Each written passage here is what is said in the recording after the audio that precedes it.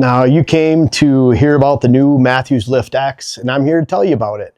Really enjoy it, and I have to give a disclaimer. A lot of people have been shooting Mathews for 5 years, 10 years, 15 years, but I've been shooting Mathews exclusively since 1992, the first year they came out. So I haven't shot any other bows. I rely on this for my hunting career, my passion for all things whitetail, my love for whitetail hunting. And back in the day, shot a lot of target archery, shot around the country, Mathews Factory Pro staff, and then now I'm on their hunting pro staff. And so a different contrast, went from one to the other. So you can imagine the hunting bow aspect of it is critical, but I love the target bow aspect of it, and I love target shooting, I love targets. I even, I've been using some of these, a lot of people use back tension releases now. This one is from roughly 2001. 2002, so a long time ago. And I have some old Carter Big Kid 3Ds that are back from the 96, 97, 95, somewhere around in there.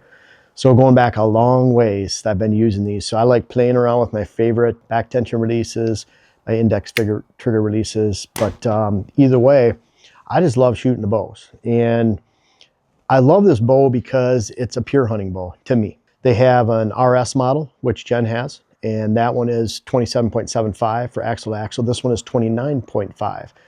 I'll go back and forth on wanting a longer one or a shorter one. They have a 33-inch lift from last year. That's what I had. And then this is Jen's 29.5 over here that we have lift from last year. I love the shorter bow for hunting. And I have a lot of steep angled shots. We hunt hills around here. I like the way it fits in the stand. A lot of times I'm hanging my bow right in front of my face. I don't want that cam down on my waist, my hand warmer tube. So size-wise, awesome. But I want to talk about some of the specs.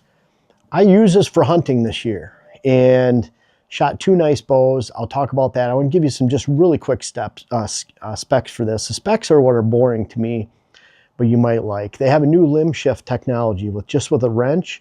You can move your limb back and forth. So it gives you some really good options for shifting that limb, putting it exactly where you need it to tune your bow. So one thing you can change is one of their patents for this year, really cool. They also have the Bond grip system, and there's different angles of this grip that you can fit in here, side plates. So their grip is more customizable, and I know there's a lot of people that want that with the Mathews grips. For me, if you're worrying about the grip and saying that affects your accuracy, there's probably other accuracy problems that you have.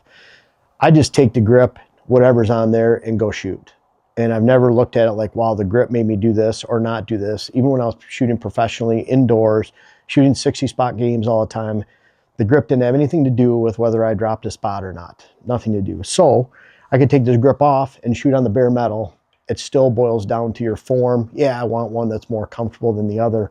That's not going to have an overall impact on how I shoot. The grip thing, I'm glad they offer that because a lot of people want it. The limb shift technology. For the bridge lock sight, this is the 5-pin. I like this sight. And one thing when I'm looking at a hunting bow is I get this bow, I have it in the field the next day. So I take it out immediately. I shoot a bunch of arrows through it. I take this sight from my old bow, I stick it on this, and it's always going to be a little bit off. Consider the string angle and everything else on this bow. This bow is 29.5. And my old bow was 33. You slap this on here, I was hitting about 6 inches or 5-inch low. I made a quick adjustment, got it back up, and then it shoots spot on. So very little adjustment, and the speeds are relatively the same. So the pin gap is relatively the same. You can see 20, 30, 40, 50. We shoot 50 yards out here a lot. We have our buck target set up at 25 because I like that sweet spot of hunting, and it works out pretty good. So they have the bridge lock here. They have the bridge latch stabilizer. I love these, both of these on here. So they have the ARC C, I think it's ARC C7 limbs for this year. It's a little bit different. It's ARC7 limb technology. And what they did is they used a multi-layer process this year to make the limbs more durable and more consistent across the manufacturing process. So really good thing. What does it all boil down to? It boils down to a really quiet, easy shooting hunting bow that I could take out in the field within a day of actually receiving the bow. And that's the most important thing. Very smooth, very easy to pull back. You can choose from 80 or 85% let off. The RS model is for that shorter frame shooter with a shorter draw length, but you're not sacrificing any speed. And that's why Jen went with that one at the 27.75 inch axle to axle. And then I believe it's an XD model for that longer shooter. I think the draw length goes out to at least 31 inches, maybe 32. I'm sorry if I'm wrong with that, but it didn't as necessarily apply to me. Maybe it applies to you, but for that shooter with that longer wingspan, that helps greatly. But bottom line is the Mathews bows have advanced a lot over the years, just like every other bow company. One thing that Mathews excels at, and we'll get to the hunting stuff, they make a very efficient bow. The bow always has a stored amount of energy that it can produce to throw the arrow downrange. If it's inefficient, then the percentage of energy that transfers to the arrow is lower based on the overall stored energy. That makes it a louder bow, that makes it more torquey. If it's torquey, you lose efficiency and makes it less accurate. So what Mathews excels in is taking a high stored energy bow and making it very, very efficient. You know, some bows you need to shoot heavier arrows with because it absorbs that energy and has the ability to with that heavier arrow. That's why Mathews bows, I feel, and it's been proven, smarter people than me, engineering people, that you can use more of that middleweight arrow. You don't have to use. Some bows you literally have to. They're so inefficient that you have to use that heavier weight arrow. But when you have an efficient bow, it makes it extremely quiet, more accurate, and less wear and tear on every component in the bow, more shootable, and that's the whole idea. So the bridge lock stabilizer, when you have that stabilizer built into the riser, then less torque. You don't have weight hanging off to the side, and that's the same with the sight or the stabilizer, either way. And you can see we hang this Tacticam under here, under the stabilizer, and we like to film with Tacticam. But bottom line is, it makes it so that bow goes dead in the hand, straight forward. Really, really nice shooting bow. It's not jerking all over the side. You don't have this heavy weight. And you see even the quivers that are compact right into the side of the bow. Still the same quiver we had last year. Love it, and it just matches. I always shoot with my quiver on because that's how I'm going to hunt in the woods. So no big deal to have it on there. Again, if it's consistent, and even if you take it off with your grip and the way you're holding your bow and your form, it shouldn't make any difference where that arrow hits downrange. A lot of times that's in someone's head. So hunting, went out hunting with it right away and was able to shoot my Wisconsin buck close shot with the back tension release.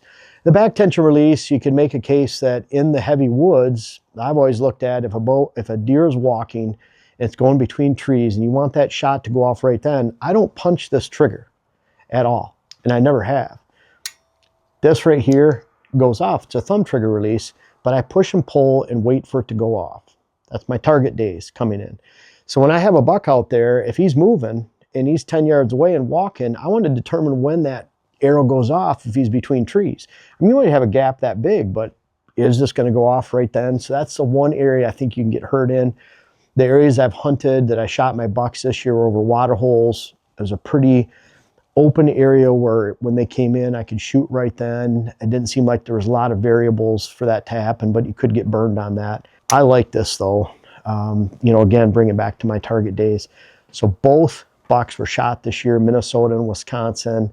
Both were close range. One in Minnesota was 14 yards and probably 25 feet below me at an angle. So really steep shot, hit him a little bit high, knocked him down, had to follow up with another shot right away, and he was dead within 30 seconds. And the one in Wisconsin, it just blew up his heart and ran away. We had an extreme blood trail. I used the Muzzy Trocar HBs. Not known for a giant hole, but man, in that buck, it was, you can see in the video, the blood just poured out immediately. So overall, incredible hunting bow. One that I don't feel any need to use any other bow company or try it. And I'm not going to say Mathews is the best bow because I haven't tried all other bows out there. When someone says this is the best bow you can ever buy, boy, you have to look really past them, and it kind of discredits them. It doesn't matter if it's a tree stand, a blind, unless you've tried everything out there, how can you say something's the best? But what I can say is that Since '92, I've relied on Mathews, whether it's shooting for factory pro staff or shooting for hunting pro staff, my career, and ultimately I wouldn't even be doing this if I didn't love and have a passion for whitetail hunting all around. And shot those 2 bucks right away with this new bow. And then I will take this into the field for Wisconsin's gun opener and for opening for that gun season. I love shooting with my bow, and I feel that confident with it that I could go out and have a nice hunt with this. I'm not really sacrificing any kind of risk or management of my hunt because I'm not using a gun. I will be hunting in close quarter locations where I typically wouldn't even have a gunshot more than 50, 60 yards. But bottom line is, I'm taking this with me to the stand in Wisconsin for gun, and I've enjoyed it.